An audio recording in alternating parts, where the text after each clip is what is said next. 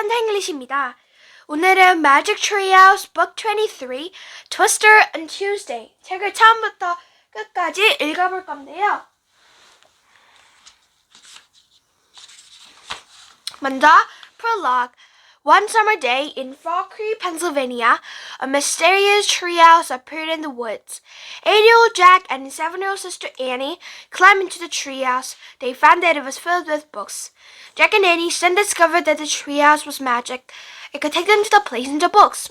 All they had to do was to point to a picture and wish to go there.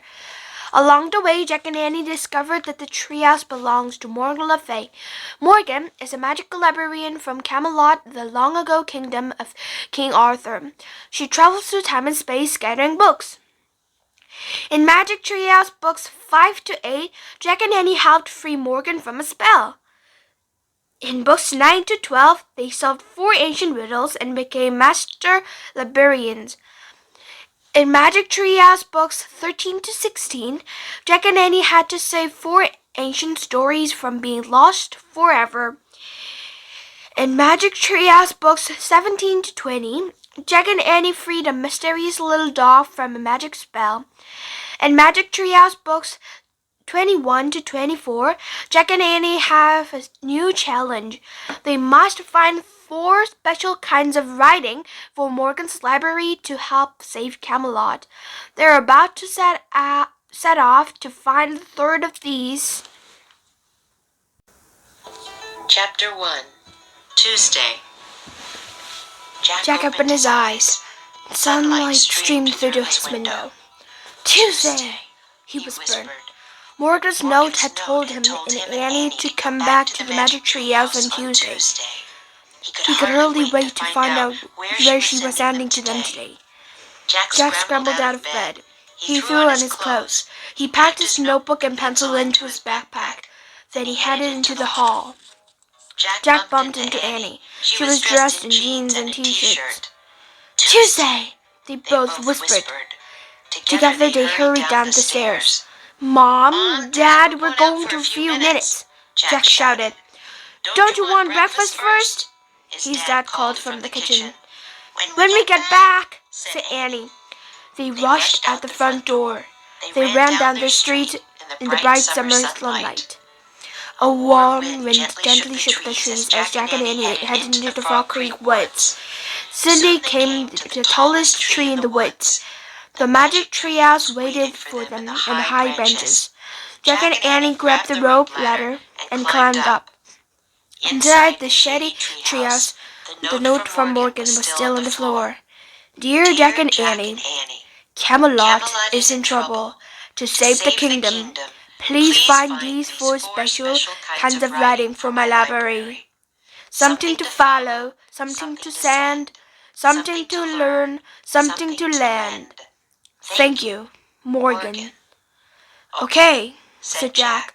We have the first writing. Something to follow. He picked up a list from the Civil War.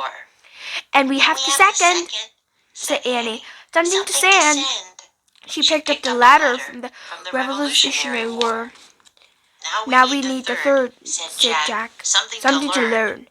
No problem, said Annie. She grabbed a book lying in the corner. I hope we're not going to another war. Jack and Annie looked at the cover. It showed a field of tall green grass. The title was Life on the Prairie. The prairie? Said Annie. We already went to the prairie at the time of the Black Hawk. Yeah, said Jack, remembering the adventure with the Native American boy. She opened the book and turned to a picture of an old-fashioned train crossing the prairie. Oh, he said, I get it. Train crossed the prairie after pioneers came. When near the prairie before, Native Americans were the only people who lived here. So we must go into pioneer time, said Annie. I think so, said Jack. He pointed at the picture that showed the train across the prairie. I wish we could go there, he said. The breeze picked up. The wind started to blow. The treehouse started to spin. It spun faster and faster. Then everything was still. Absolutely still. Chapter 2. Signs of Life. Jack opened his eyes. He was wearing pants with suspenders and a shirt with the sleeves rolled up. In place of a backpack was a leather bag. Annie was wearing a long dress and a sunbonnet. "I like my hat," she said. "I keep the sun off my face." "Yeah, except the sun's not shining," said Jack. He and Annie looked out the window. The sky was cloudy. The treehouse had landed in a small grove of trees near the creek. Beyond the trees were the wide open prairie. Green grass and wildflowers swayed in the chilly wind. In the distance, a train puffed across the prairie. Sparks of fire came out of the smokestack.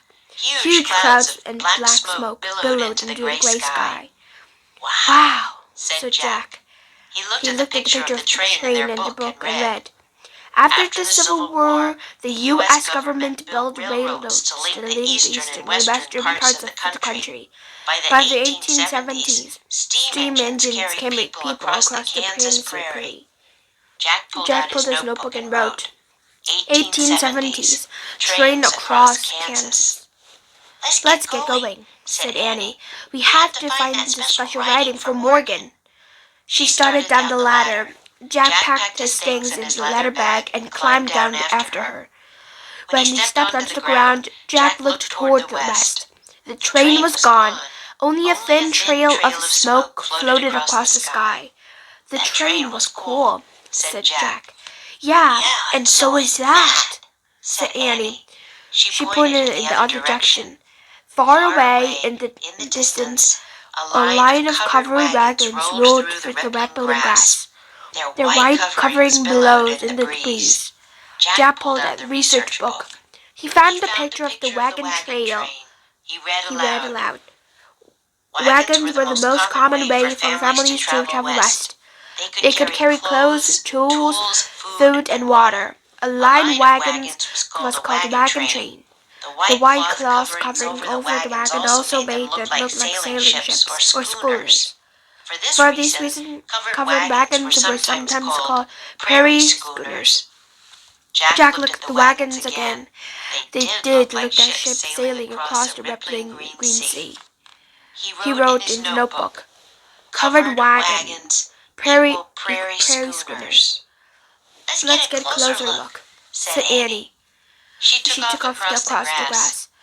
Jack put away his things and ran after her. As he ran, the wind began to blow harder. The clouds overhead grew darker.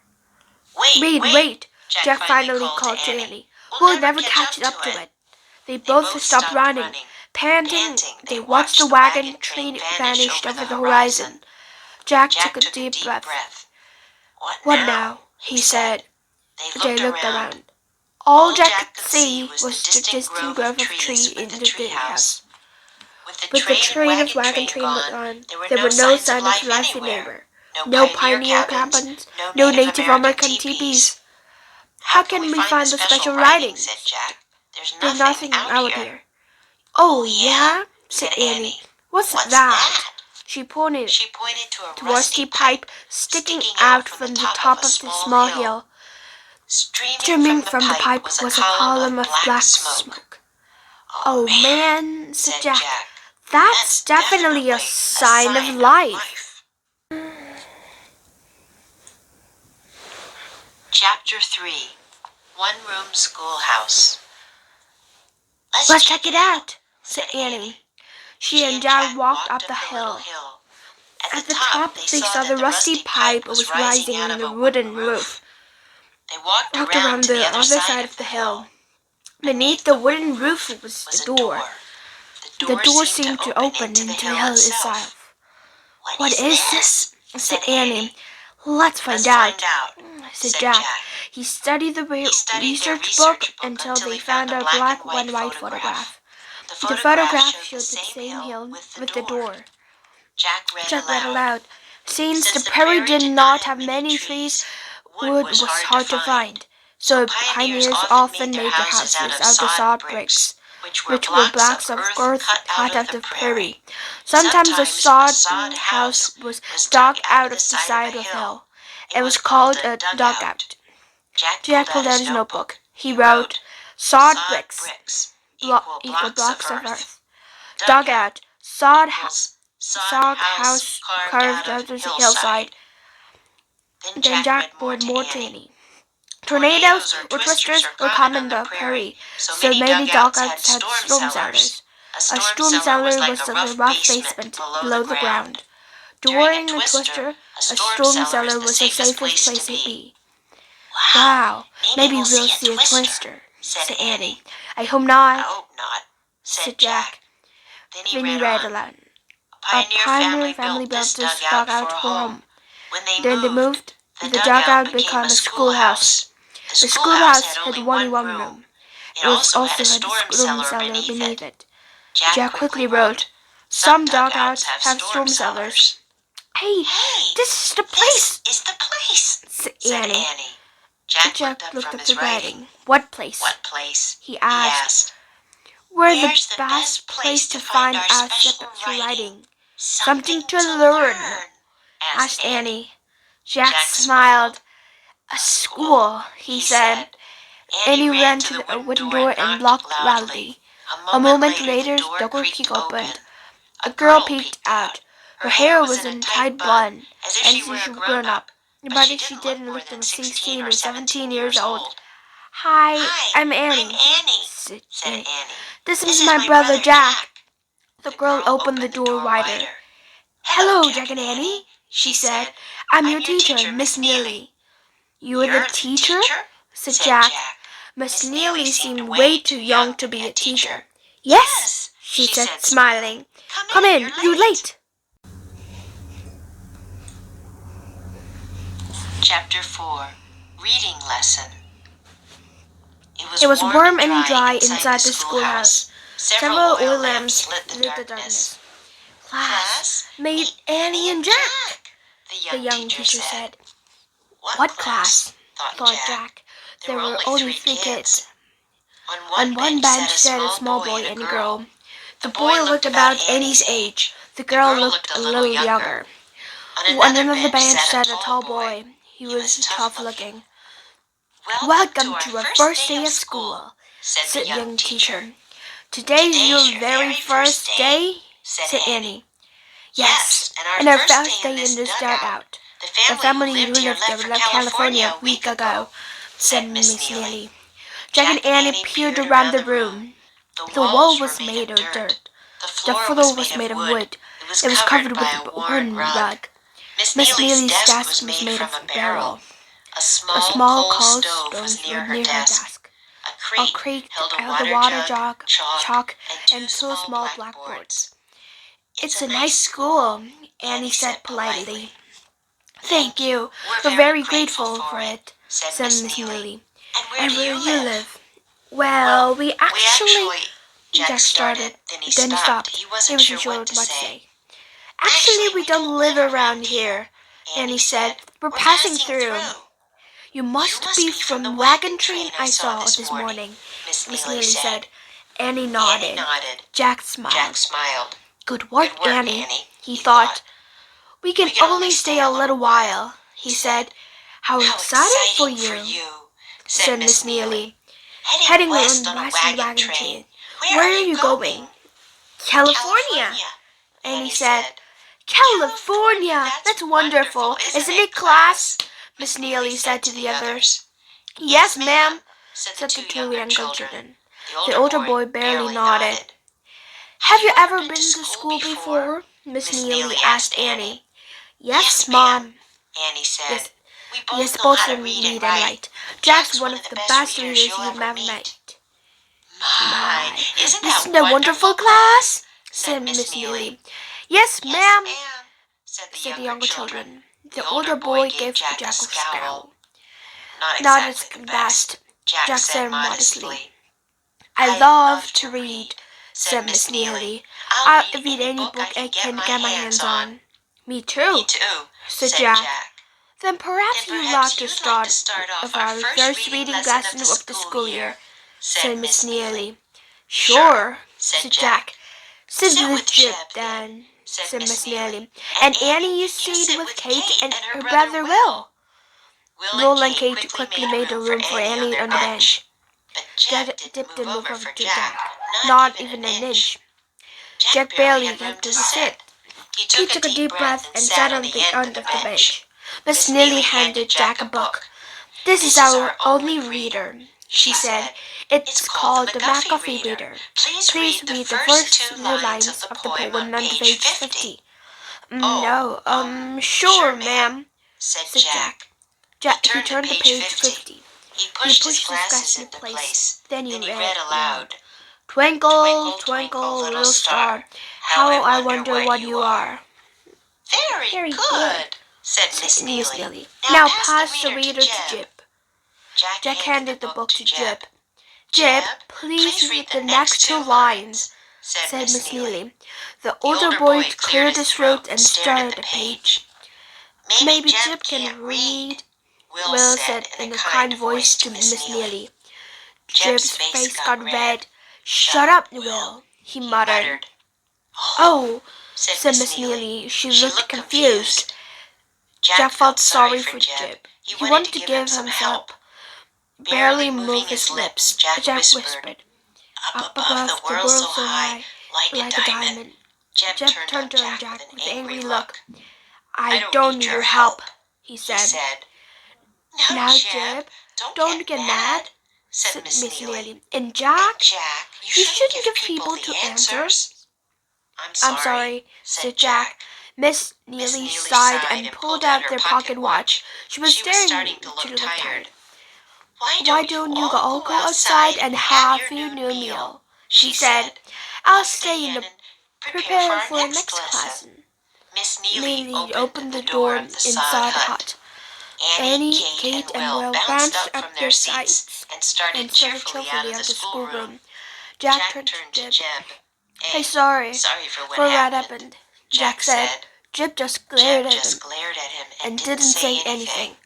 "Come on, Jack," Annie called outside the hut. "Kate wants us to eat with them." Jack hurried out the door. He didn't look back at Jip.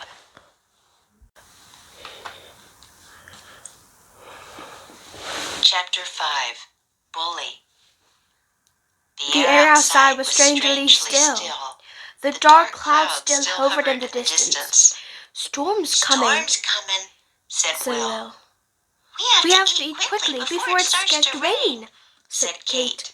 She and Will sat down on the grass. Annie and Jack sat beside them.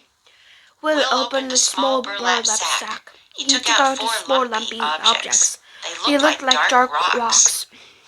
"Hey, there's one here for each of us," said Kate. "One what?" asked Annie, frowning. "Sweet potatoes," said Will.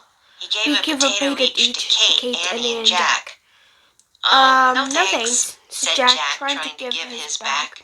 "We don't want to take your lunch." "We have enough. Keep it," said Annie. "What do you do with it?" asked Annie, holding up the potato. Kate laughed. "Just bite," she said. "Like this." Kate and Will bite into their cold sweet potatoes as if they were apples. "Cool," said Annie. She took a big bite out of her potato too. But Jack just held on his. It didn't quite feel like eating cold brown potato. Out of the corner of his eye, he saw Jip sitting by himself. The big kid didn't seem to have any lunch at all. Jack thought he'd try to be friends one more time. "Hey, Jip," he called out. "I'm not hungry. You want my sweet potato?" Jip gave Jack a mean look. I could have brought my own lunch if I wanted to eat, he said. "Oh, sure," said Jack. Jip narrowed his eyes. "You making fun again?" he said. "I'm warning you. Do that one more time, I'll fight you." Jack couldn't believe it. The kid took everything the wrong way. "Hey," Annie said. "Leave my brother alone. You're nothing but a bully, Jip." "Annie, stay out of this," said Jack. But Jip just laughed. Then he stood up and walked back into the schoolhouse. Jack felt angry. He hoped they would find the special writing soon so they could leave. Will seemed to break Jack's mind. "Don't worry about him," Will said to Jack. "He's never been in school before." "Oh, she seems embarrassed," said Annie. Why hasn't he been to school? said Jack. Because he has to work in the fields all the time, said Will. I heard him tell Miss Neely walked 5 miles to get here today, Kate said. So he must really wanted to come. Wow, said Annie. How far did you and Will walk? Only 2, said Kate. 2 what? Asked Annie.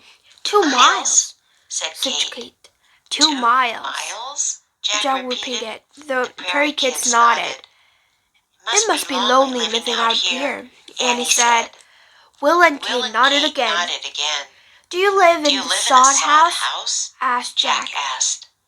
We used to, said Will, but it was always dirty, so Grandpa built a log cabin. He cut trees near the creek, said Kate. Then he made a cabin by hand. Before Jack could answer my question, thunder cracked in the sky. They ran and started to fall. It was fast turn. Everyone jumped up. Come in! Miss Neely called from the doorway. They ran back inside. The wind slammed the door behind them with a bang. Chapter 6. Grasshopper Attack. Inside the lamp had hot. It was dry and cozy. Jack sat back on his bench. He didn't dare look at Jib. It's time for our writing lesson now, Miss Neely said. I'm going to give you each a slate and a pen. She handed out slates. They looked like a small blackboard set in the wooden frames. Next, she gave everyone a slate pen. Each pen was a thin piece of chalk. Miss Neely opened the McAfee readers. While you were eating your evening meal, I copied the poem from my book, she said. Now I want you to copy. Miss Neely held her own slate board up for them all to say. "'Tis a lesson you should heed. Try again. If at first you don't succeed, try again." Jack quickly started copying the words. Out of the corner of his eye, he saw it writing very slowly. It took the older boy a long time to just write the little T. Jack slowed down too. He didn't want Jib to think of showing off. Suddenly, loud thumping sounds came from overhead. It sounded as if someone was throwing stones against the roof. "Oh no! Grasshopper attack!" screamed Kate. She covered her head. "Grasshopper attack!" cried Will. He covered his head too. "Be calm, everyone," said Miss Neely. "What's a grasshopper attack? What are they talking about?" Jack wondered. Even Jib seemed worried. As Miss Neely started toward the door, he said, "Don't open it, they'll come in." Has Everyone gone crazy? Jack thought. How can Grasshopper hurt anyone? Miss Neely opened the door and looked out. And more she took her head back and closed the door. "It's all right," she said. "It's only hailstone." "What's that?" said Annie. "Hailstones are a small piece of frozen rain. It's something they've offered during the thunderstorm," said Miss Neely. "Why did Will and Kate yell grasshopper attack?" Jack asked. "Because last spring grasshoppers did attack us," said Miss Neely. Yes, millions and millions of them came out of the sky," said Will. "It looks like a huge shiny cloud." "They covered everything to the ground," said Kate. "They ate everything. They ate all our crops," said Will. "Our turnips and fruit trees and watermelons. They eat even our clothes and bed sheets," said Kate. "Yuck," said Annie. "Oh man," said Jack. "He never heard of grasshopper attack before." "It was very scary," said Kate. "But remember how we planned it, and everyone helped everyone else," said Miss Neely. Kate and Will nodded. "We must try to hold on to God's memories," Miss Neely said gently, "and let go of bad ones." "Yes, ma'am," said Kate. Everyone was quiet for a moment. Then the sudden hailstone died away. "Let's go back to our lesson now," said Miss Neely. They all returned to their writing. Even working as slowly as he could, Jack finished first. He showed his copy of the poem to Miss Neely. "Good work, Jack," she said. "We can all learn from these words, can we?" "Yes, ma'am," said Jack. "Hey, this is it, Jack!" Annie blurted out. "Something to learn." Miss Neely looked puzzled, but Jack smiled. He knew what Annie was talking about. They had their special writing. They could go home. Jack stood up. "Excuse me, ma'am, but I'm afraid we have to leave," he said. "So soon?" said Miss Neely. "Yes, we have to go back to parents," said Annie. "May I take my slate with us?" Jack asked. "Please do," said Miss Neely. "Use it on your trip to California to practice your writing." "Thanks," said Jack with a big smile. He could the slate in his letter bag. "We learned a lot, ma'am." "I'm glad you had a chance to come to school," said Miss Neely. "Goodbye and good luck." "Good luck to you, too," said Annie. "Bye," Will and Kate called out. "Bye," said Jack. As they went out the door, Jack glanced at Jib. He felt sorry for the old boy. He tried the last time to be friends. "Bye, Jib," he said. The boy wouldn't even look at him. Jack gently closed the door to the closed house. He breathed a sigh of relief. He was glad to get away from Jan's anger. "That's weird," said Annie. "Look at the sky." As Jack turned away the schoolhouse door, he caught his breath. The sky did look weird, really weird. Chapter 7. Twister. The black cloud had taken on the odd greenish color. They all seemed to be going different directions. "Do you think it's a grasshopper attack?" Annie asked nervously. "No, I think it's some more weird weather, like a hailstorm," said Jack. "Let's go before it gets worse." As they started back to the treehouse, the wind picked up. Jack and Annie looked over their shoulders. The greenish clouds had dipped down close to Prairie. "I feel like something awful is about to happen," said Annie. "Hurry," said Jack. "Run!" He and Annie started running through the grass. When they got to the ladder at the treehouse, they looked back. In the distance, twisting black clouds had dropped down into storm clouds. They were swirled into a funnel shape. The dark funnels started twisting across the prairie.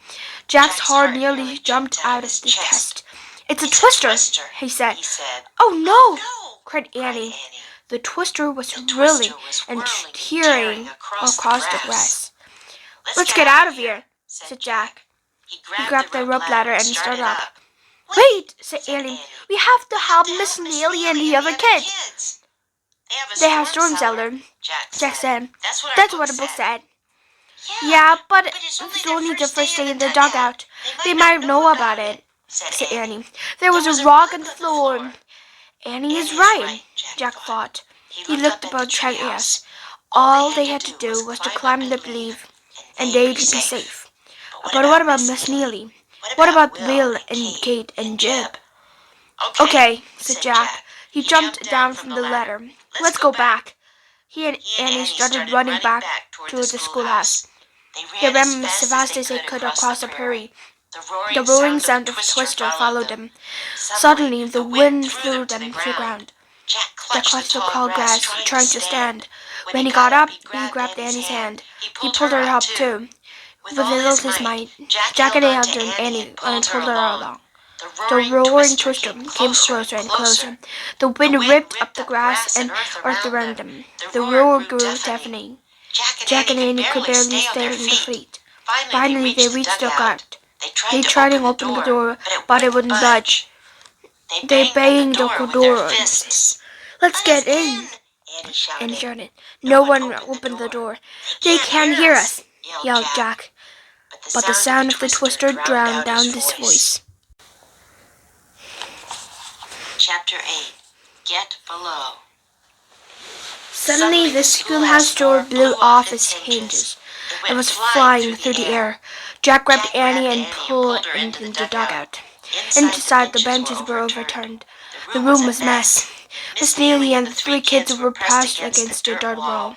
Kate and Will screamed as the wind whipped around the room. Miss Neely lunged at Kate, jabbing home to Will. "There's my cellar," Jack yelled. "What cellar?" shouted Miss Neely. Together, Jack and Annie grabbed the rug off the floor and uncovered the cellar door. Jack grabbed the door and tried to open it, but the wind was too hard. Suddenly, Jib was beside them. He pulled the door, but a ladder led down into the cellar. One by one, Will, Kate, Miss Neely, and Annie went down the ladder. Jack and Annie, Jib to go down. "Go, go!" Jib shouted. Jack climbed down into the cellar. Jack came last. He closed the door behind him, leaving everyone in total darkness. The twister roared fiercely above them. It sounded like a train barreling right through the glass. As the twister roared and howled, Jack couldn't think. He couldn't feel. He was totally swept up in the howl of the wind. Then, just as Jack felt to disappear in the roar of the twister, the noise died down, and then was silent. No one spoke for a moment in the blackness. He spoke of silence. "Are we still alive?" she whispered. Everyone laughed. "Yes, I think we are," said Miss Neely. Chapter 9. All clear. Jack pushed open the cellar door. Daylight streamed in. He looked out. "All clear," he said. Jeb growled out the cellar. Jack followed him. Then Annie, Will, Kate, and Miss Neely. The sky was gray above them. The twister had torn the roof of the dugout and scuffed everything out, even the rug. They all stared in shock at the empty space. Miss Neely smiled. "Well, at least we are all safe," she said. They stepped into the hut. The air was thick with the dust and bits grass. The twister caught a wide path of dirt and destruction across the prairie. It was still whirling around the horizon. Everyone watched silently. The twister became long and thin like a piece of rope, then it vanished completely. Miss Neely turned to Jack and Annie. "You saved our lives," she said. "Thank you," said Will. "Thank you," said Kate, hugging Annie. "Jeb actually opened the cellar door," said Jack. "Yes, thank you too, Jeb," said Miss Neely. The older boy scowled. "I hope you get good at new school," said Annie. "We will," said Miss Neely. "Just as we planted our field again after the Grasshopper attack, we'll build the school again after the twister. If Miss Neely says try it again." Jack nodded. Miss Neely was one of the bravest people he'd ever met. "You're a great teacher," he said shyly. "I love teaching," she said. "It's a job that lasts forever. Whatever you teach children today, travel with them far into the future." "That's true," said Annie. Jack smiled. "Well, we better leave again," he said. "Bye." Everyone waved except Jib. Jack and Annie started across the prairie back toward the treehouse. They hadn't gone far when Jack heard someone shouting his name. He turned around. It was Jib. "Wait!" the old boy yelled. He had a fierce look on his face. He started running toward them. "Oh no," Jack breathed. "Did Jib still want to fight?"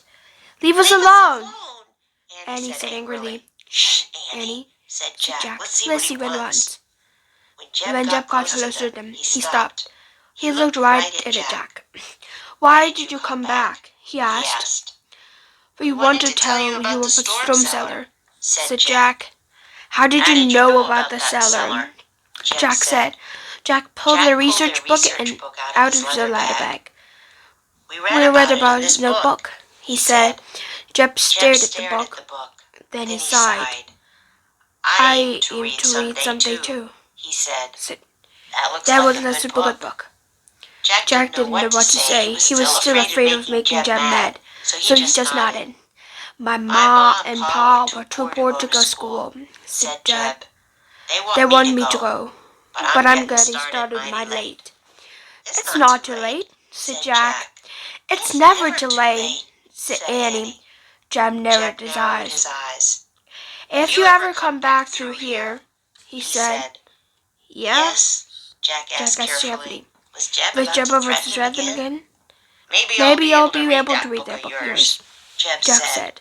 Jack sighed and smiled. I know you will, he said. Jeb smiled back. He had a nice smile. Thanks for coming back to rescue us, he said to both Jack and Annie. Too bad you can't stay. I reckon you'll go with friends as we did.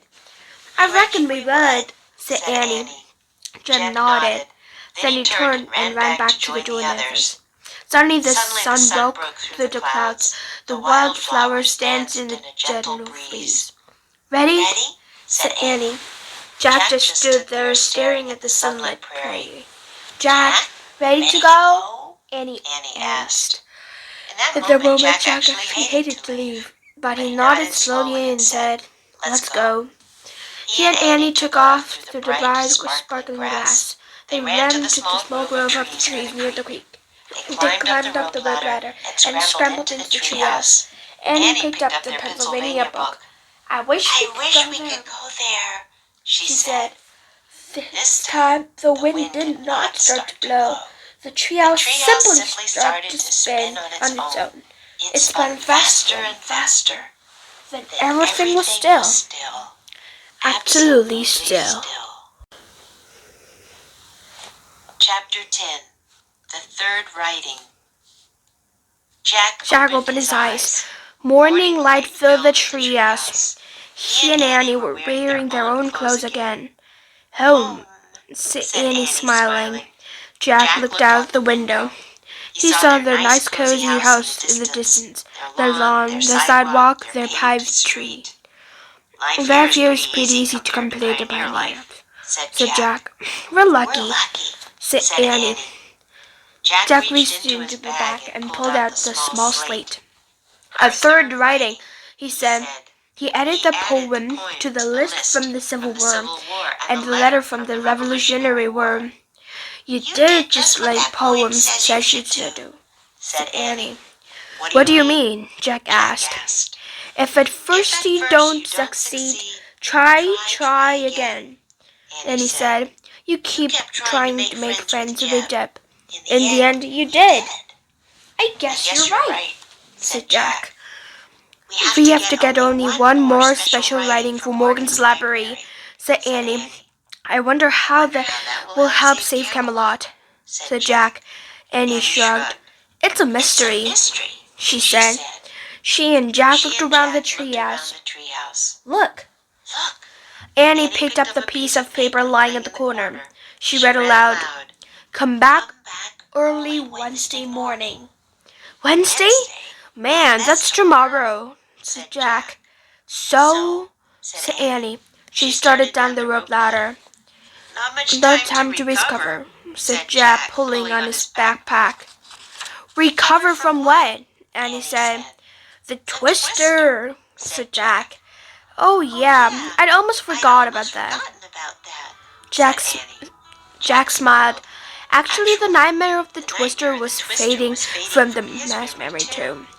We must try to hold on the good memories, Miss Neely had said, and let go of the bad ones. The kindness of Will and Kate, making friends with Jib, the courage of Miss Neely, these memories Jack thought he would never forget. 네, 이게 마지막 챕터의 마지막 장이었는데요. 오늘은 70쪽에서 끝났네요. 네, 다음 영상도 기대해 주시고요. 안녕히 계세요.